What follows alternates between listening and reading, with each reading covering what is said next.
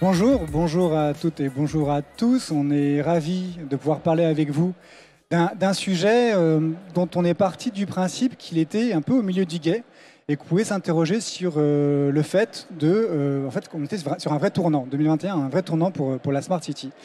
Erwan Carrier, je suis directeur associé chez KPMG en charge du secteur public et j'ai la particularité d'accompagner les collectivités sur leur projet de territoire intelligent et de travailler aussi avec un certain nombre d'acteurs privés qui souhaitent se positionner sur ce segment dont on a encore du mal à savoir si c'est 3 milliards d'euros, 10 milliards d'euros, 20 milliards d'euros par an. Aujourd'hui, on ne sait pas. Et j'ai le plaisir d'être avec Jean-Baptiste Gonnet de NGE Connect.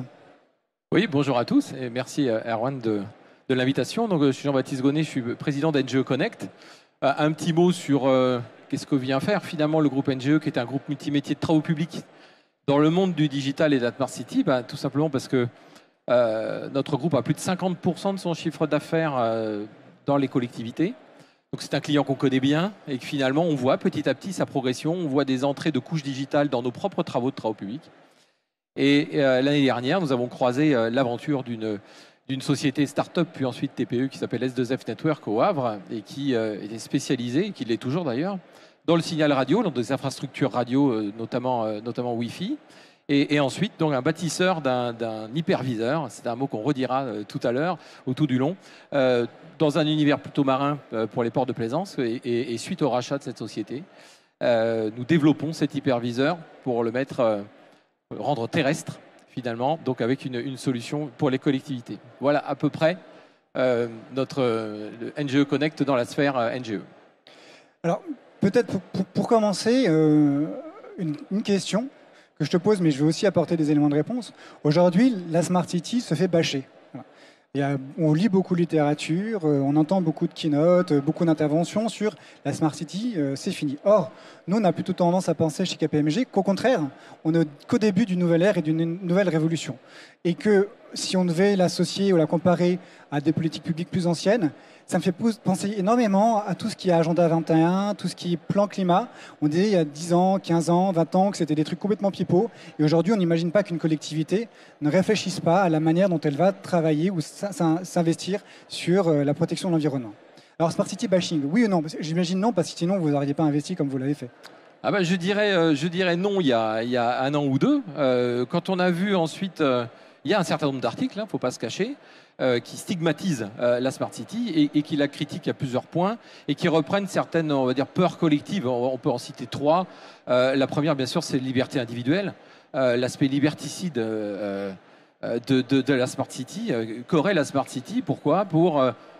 Parlons des caméras, parlons des contrôles d'accès.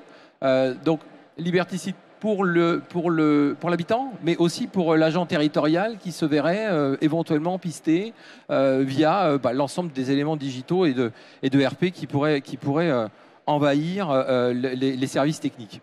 Premier point. Le deuxième point, on va dire que c'est plutôt lié à l'univers des capteurs, l'univers des câblages, les ondes. Et finalement, ce progrès, et on le sait que dans l'inconscient collectif aussi, progrès n'est pas automatiquement lié à amélioration de l'environnement. Et cette chimère revient. Ça, c'est le deuxième point. Et puis le troisième point, c'est finalement à quoi ça sert? Quel est le retour d'investissement?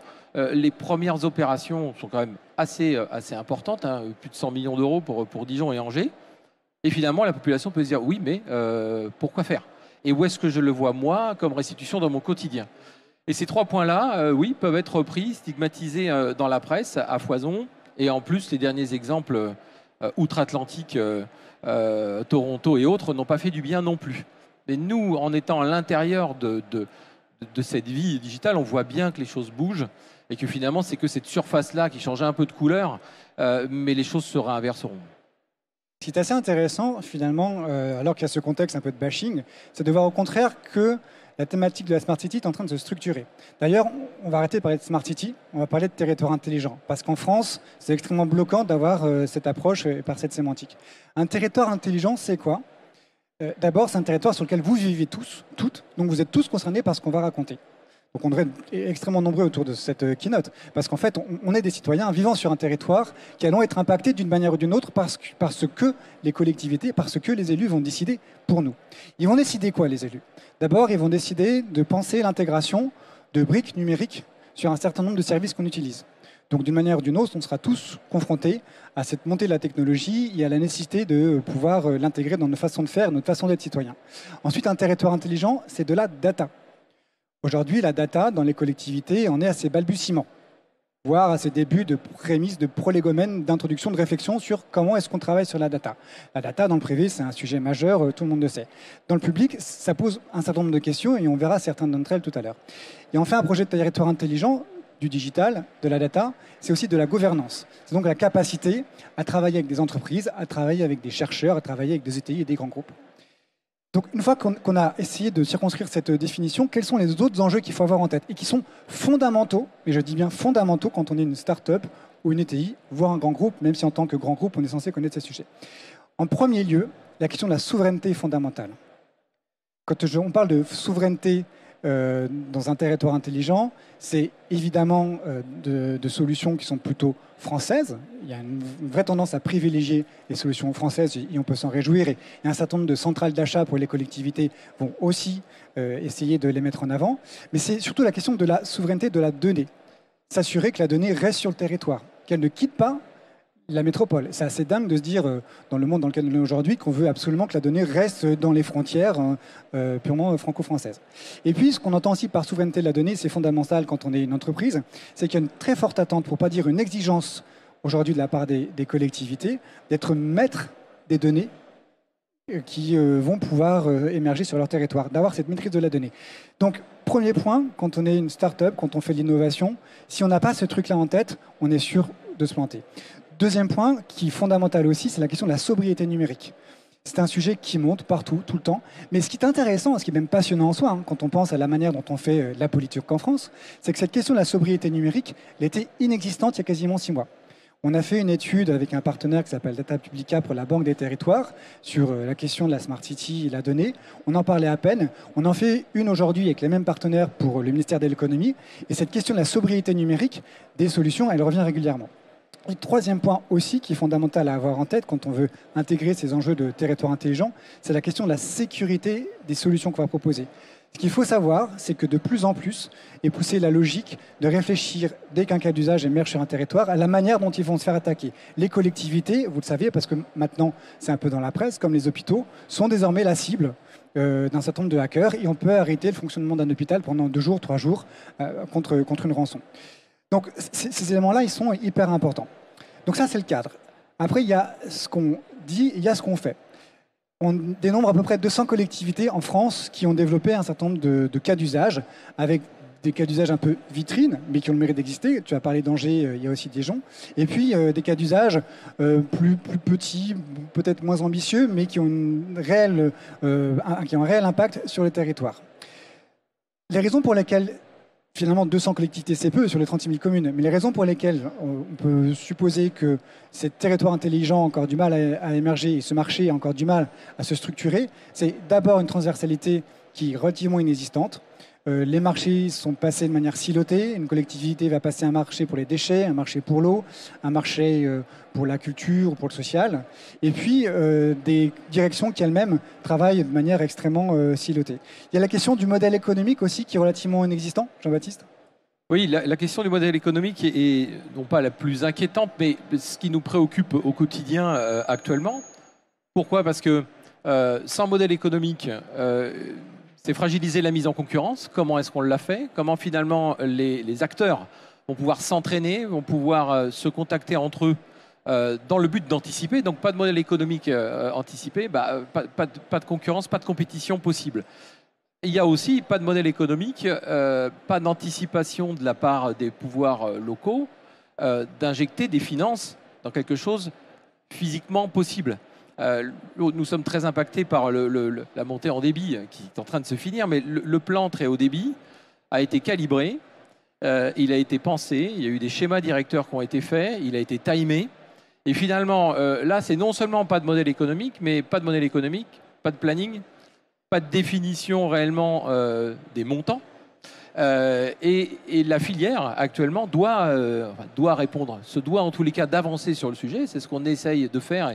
Et je constate aussi que les autres groupes le font, les startups aussi participent, pour finalement définir ce modèle économique ou essayer de de le générer dans le conscient collectif et puis tout simplement pour l'injecter dans le business un jour ou l'autre. On sait que le digital, c'est une arrivée inexorable, même si ce terme-là peut sembler fataliste, mais les plus résistants à la Smart City, les plus résistants au territoire connecté, seront très vite convaincus de l'utilité. Au moment où cet élan emportera tout le monde, la partie modèle économique et l'exemple que l'on peut suivre, il est fondamental. Et au jour où nous parlons actuellement, nous ne l'avons pas parfaitement défini. Mais certains en rêvent, certains essayent de le coucher sur un papier ou sur des slides. Nous avons aussi, nous, nos idées. Et nous verrons bien lequel l'emportera. Mais il y en aura plusieurs, comme dans tous les autres écosystèmes. Et un dernier point aussi qui est important à évoquer, c'est l'émergence de cadres nationaux et européens, c'est-à-dire de financement qui vont arriver. On n'est pas loin quand même de voir apparaître le plan France Smart City, comme il pu y avoir d'autres grands plans nationaux. Et ce sont des plans auxquels il faut être extrêmement vigilant quand on intervient sur le sujet des territoires intelligents. Je crois que c'est bloqué, mais vas-y. Merci. Bon. Le temps que ça se débloque, on voulait évoquer les cas d'usage qui aujourd'hui émergent sur les territoires intelligents. Ouais. Merci. Je pense que toute personne qui s'intéresse au sujet les connaît pour la plupart. Il y en a un certain nombre qui sont extrêmement déployés et sur lesquels il n'est sans doute pas très opportun d'essayer de proposer des solutions nouvelles. On ne fera pas d'innovation sur les territoires intelligents, on peut en tout cas aujourd'hui sur la mobilité. On en fera assez peu sur tout ce qui est flux, énergie, éclairage. On en fera assez peu sur la gestion des bâtiments. Donc si je devais aujourd'hui conseiller quelqu'un qui veut se lancer sur le sujet ou qui a une bonne idée, c'est plutôt d'essayer de voir les autres verticales. Et parmi ces autres verticales, il y en a plusieurs qui sont extrêmement intéressantes. D'abord, c'est la relation citoyen. Aujourd'hui, à part les civic tech, il y a très peu d'innovations qui permettent de rapprocher le citoyen de la collectivité. Là, pour le coup, ce matin, je pense qu'à chaque keynote, on a entendu parler de la crise sanitaire. Je pense que depuis 2 jours, on entend parler de la crise sanitaire à chaque keynote et sur l'ensemble des plateaux. Bon. Ce qui est sûr et certain, ce qui est très concret, c'est que la crise sanitaire pour les collectivités, elle leur a démontré les difficultés qu'elles pouvaient avoir à entretenir une relation avec les citoyens, notamment ceux qui n'étaient pas connectés. Donc il a fallu se réinventer, et là aussi, il y a un champ d'innovation, un champ d'investigation, un champ d'interrogation qui est extrêmement important. Autre élément sur lequel un certain nombre de structures peuvent se positionner, c'est tout ce qui est développement économique. De plus en plus, on reconnecte le territoire intelligent du soutien à l'économie locale, et encore plus dans une logique de relance des territoires, sur lesquels KPMG est extrêmement engagé. Donc de soutien à l'économie locale, de structuration des flux industriels, notamment par la donnée. Et puis un autre sujet sur lequel, une sorte d'interstice, qui est un vide qui n'est pas sidéral, mais sur lequel il peut être intéressant d'investir, ça va être la question du comptage des flux, des populations, là aussi de la récupération de la donnée et voir ce qu'on peut en faire. En même temps, on peut se dire, Jean-Baptiste, que ces cas d'usage-là, qui peuvent être très déployés dans certaines collectivités, les métropoles, ne sont pas forcément dans des collectivités de petite taille, et c'est peut-être là-dessus qu'il y a un enjeu. Alors effectivement, quand on regarde cette roue, on est vite convaincu qu'à un moment ou à un autre, n'importe quelle collectivité devra parcourir l'ensemble de ces usages. À l'instant où on se parle, les usages, c'est avant tout, ou un usage peut être une porte d'entrée. Quelle que soit la taille de la collectivité, pour rencontrer de nombreux maires comme toi, Erwan, bien sûr que le premier magistrat sera porté éventuellement sur un usage et se concentrera sur, par exemple, le flux énergie, mais même, on va dire, le développement économique.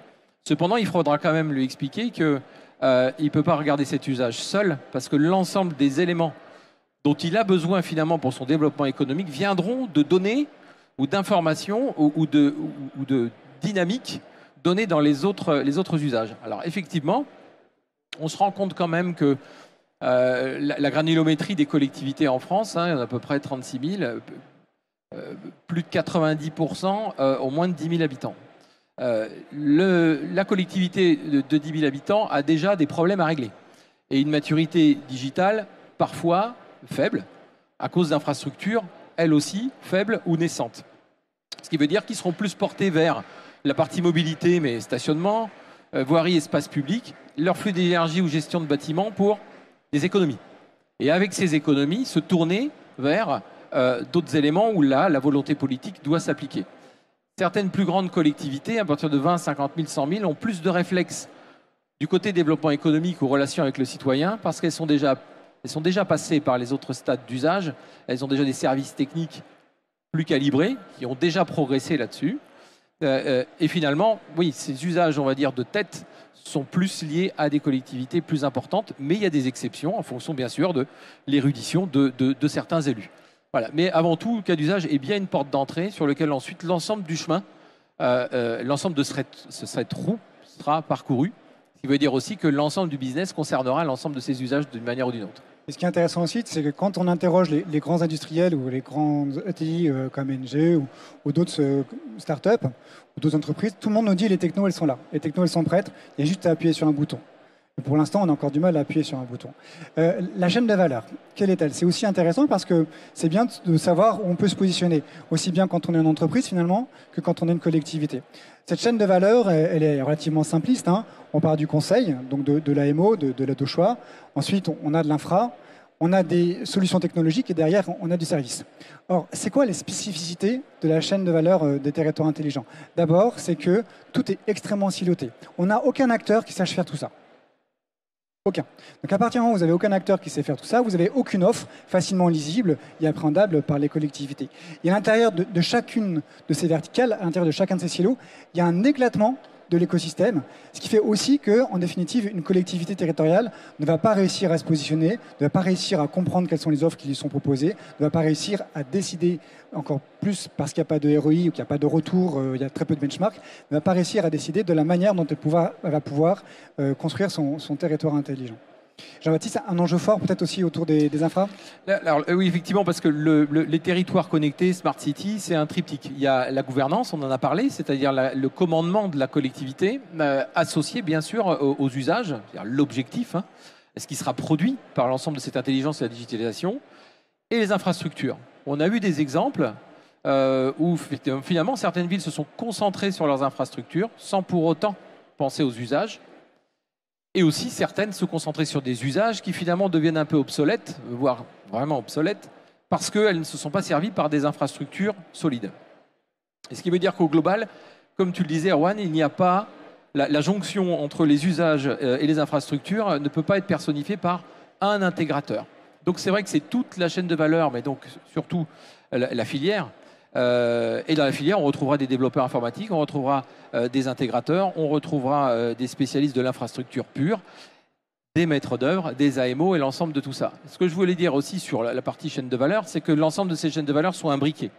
Et que finalement, un superviseur d'un silo pourra servir d'hyperviseur d'autres silos plus bas, de manière plus factuelle. Et puis plus on remonte, une agglomération, par exemple, a une collectivité d'environ 50 000 habitants, mais aussi plein de petites collectivités autour de moins de 5 000.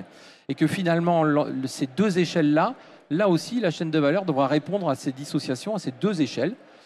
Et finalement, on aura, comme des poupées russes, finalement, une nécessité d'avoir une interopérabilité de toutes les solutions qui vont être mises et dans tous les sens. Un des enjeux forts aussi de cette filière, c'est l'ensemble des coopérations qui peuvent émerger entre les startups, les ETI et les grands groupes. Et justement, je pense que quand on est sur ce segment des territoires intelligents, quand on a investi, quand on a construit des solutions, il faut se rapprocher immédiatement de ceux qui, demain, feront les territoires intelligents, que ce soit des ETI, des grosses ETI comme NGE ou d'autres grands groupes, parce que c'est par la co-innovation, l'invention, l'innovation collective qu'effectivement on pourra répondre aux différents cas d'usage et aux différents besoins des collectivités. Et pour terminer, sur 5 minutes, on a voulu poser quelques questions qui peuvent paraître complètement anodines, mais qui sont fondamentales et qui vous interpellent, vous, en tant que citoyen, en tant que père, en tant qu'enfant ou autre. La donnée publique est-elle monétisable ? C'est un vrai sujet. Est-ce que, dans cet auditoire, vous vous dites, moi j'accepterais que mes données soient utilisées par les collectivités pour qu'elles gagnent de l'argent? Vous allez me répondre peut-être oui, à partir du moment où ça fait baisser les impôts locaux. Ce qui se comprendrait. Mais c'est quand même relativement intéressé comme réponse. L'enjeu, il est plutôt de savoir si, en termes de philosophie, en termes de démocratie, en termes de place du citoyen, on va accepter demain que la collectivité utilise les données de nos enfants qui sont dans les crèches, nos données, nous, parce qu'on est juste déjà un état civil, nos données de consommateurs d'un certain nombre de services. Est-ce que oui ou non, on va accepter ça? Aujourd'hui, la réponse en France, elle est plutôt non, elle est même plutôt clairement non, parce qu'on a une forte idée du service public et du service gratuit, mais on sait qu'il y a un certain nombre d'initiatives qui émergent ici ou là, en Europe, avec des marketplaces de données publiques. Autre question, l'espace public doit-il être privatisé? Tu as parlé tout à l'heure d'une petite entreprise qui s'appelle Google, en tout cas tu as parlé de Toronto, et du projet qu'avait Google de faire une ville entièrement privatisée et qui évoluait au jour le jour en fonction des données qu'elle récupérait. Ça pose une vraie question. D'abord, non pas que ça inquiète, ça interpelle, ça percute. D'autant qu'on peut imaginer, et on le sait, hein, que cette grande entreprise a déjà aussi des vues sur un certain nombre de territoires en France pour faire la même chose. Pourquoi ça a échoué Toronto? Pour plein de raisons, mais notamment parce qu'il y avait un certain nombre de choses qui n'avaient pas été suffisamment travaillées en amont, notamment à la place du citoyen. Et on peut imaginer qu'une entreprise comme Google retient des erreurs qu'elle a pu commettre et n'aura sans doute pas les mêmes errements si demain elle veut développer une ville qui soit entièrement privatisée.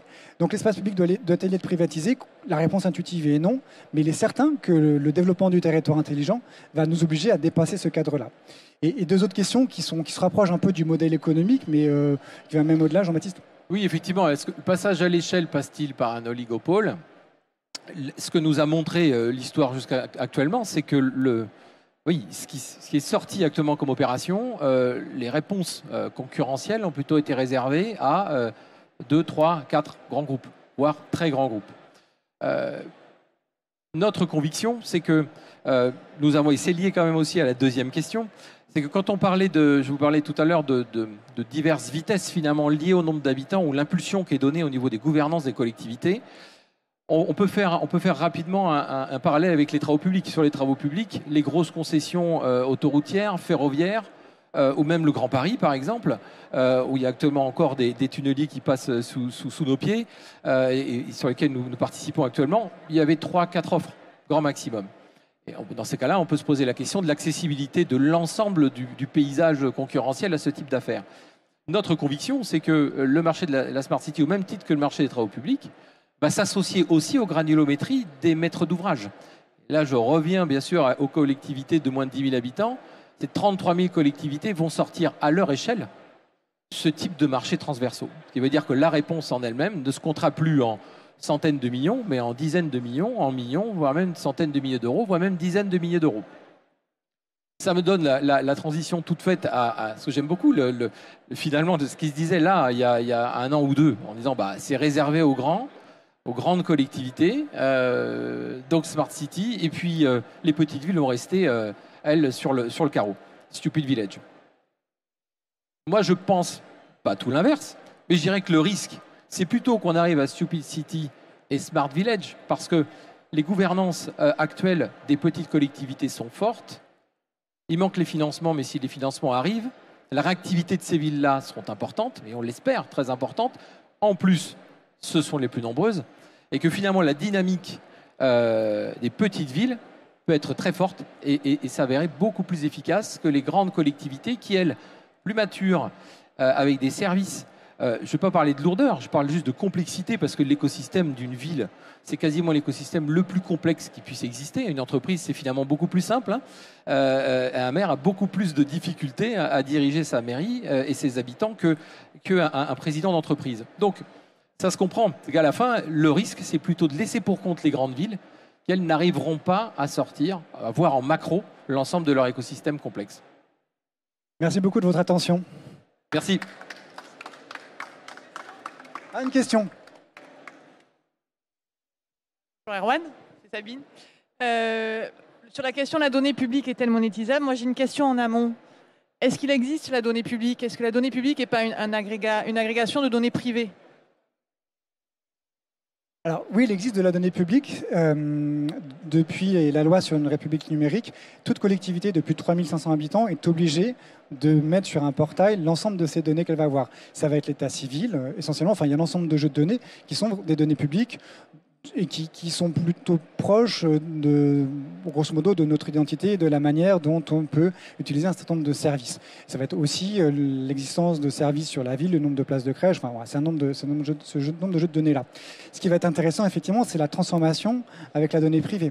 Et donc la donnée privée, est-ce que les collectivités vont pouvoir récupérer la donnée? Alors d'abord, celle des services qu'elles assurent via des délégataires de services publics, ça c'est une question aussi hyper importante. Et quand on est une collectivité aujourd'hui, qu'on signe un contrat de DSP, de délégation de service public, il est fondamental de tout de suite s'assurer qu'on peut récupérer les données, qu'on est bien détenteur et qu'on a la maîtrise de ces données. Et puis il y a demain toutes les données qui transitent sur un territoire et qu'il va aussi falloir essayer de récupérer parce que c'est bien cette agrégation de données qui sont contenues dans des bases de données d'une collectivité, des données qui appartiennent à la collectivité mais qui sont gérées par des DSP et les données qui appartiennent à des acteurs privés mais qui transitent sur le territoire de la collectivité. C'est bien cette agrégation-là qui va permettre, par du big data, par de l'analyse d'algo, par l'ensemble de sujets, de pouvoir effectivement proposer une autre lecture de la ville et d'être en capacité aussi de prédire davantage quels sont les besoins de la ville, comment est-ce qu'on peut adapter les services de la collectivité au regard de ces données qu'on récupère. Jean-Baptiste, c'est un gros sujet qui est très bien. Oui, juste un petit mot, parce qu'on parle de données. Les données ou le cloud en général, on voit ça comme immatériel. Finalement, petit à petit, même le plus grand nombre, on commence bien à comprendre que c'est quelque chose qui doit se stocker quelque part, c'est quelque chose qui peut être détruit, c'est quelque chose qui prend de la chaleur, on l'a vu avec OVH, hein, donc c'est périssable et ça doit se stocker. Et finalement, je repars avec le côté plutôt infrastructure.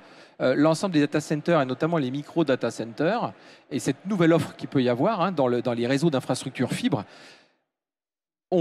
il est clair que les collectivités prennent conscience qu'elles doivent stocker quelque part leurs données. Et à partir du moment où elles pensent à stocker, elles pensent à ce qu'elles vont stocker.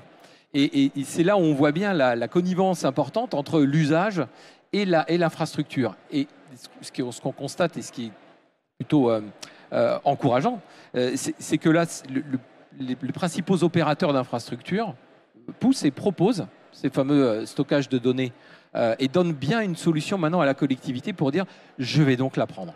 Et donc, elle m'appartient. Et c'est une prise de conscience physique associée à une prise de conscience morale. Je trouvais ça intéressant de le souligner. Une autre question? Bonjour. Est-ce que vous pensez que la 5G va catalyser un peu tout ça là? Vous voulez une réponse officielle ou une réponse officieuse? Les deux. La meilleure des réponses. La question qui était posée, c'est de savoir si la 5G va catalyser tout ça. Aujourd'hui, il y a très peu de cas d'usage en lien avec les territoires intelligents et la 5G. On doit en compter 2, 3 en France, grand maximum, et il n'y en a pas beaucoup plus en Europe. On n'a pas besoin de 5G pour faire du territoire intelligent. On voit au contraire énormément de solutions qui se développent avec plutôt du bas débit, hein, avec des technos comme Sigfox ou comme le LoRa. Il est certain que la 5G va apporter un petit plus. Il est certain que le slicing rendu possible par la 5G va permettre aussi peut-être de gérer un peu mieux ou un peu plus rapidement un certain nombre de services, de récupérer un peu plus de données, si tant est qu'on en ait besoin davantage, et du coup de faire du prédictif en temps presque réel. Mais il y a très peu de technos qui se développent en lien avec la 5G. Jean-Baptiste ? Là, rien n'est plus rapide que la fibre. Et de toute façon, une antenne 5G liée à votre mobile ira dans cette antenne et ira bien dans la fibre. Ce qui veut dire que la 5G n'est pas une accélération finalement du signal.